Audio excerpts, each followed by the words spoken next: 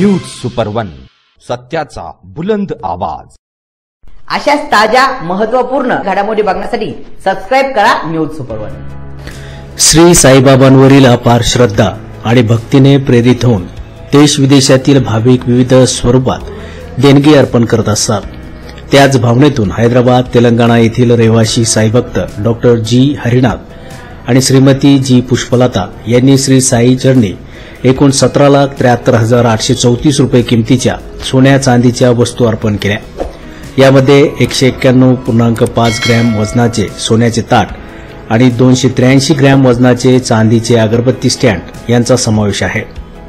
विशेष म्हणजे हे अगरबत्ती स्टँड अत्यंत आकर्षक आणि सुंदर नक्षीकामाने सजलेले असून त्यावर श्री साईबाबांची अमूल्य शिकवण, श्रद्धा आणि सबुरी हे नाव सुंदर अक्षरात लावले आहे।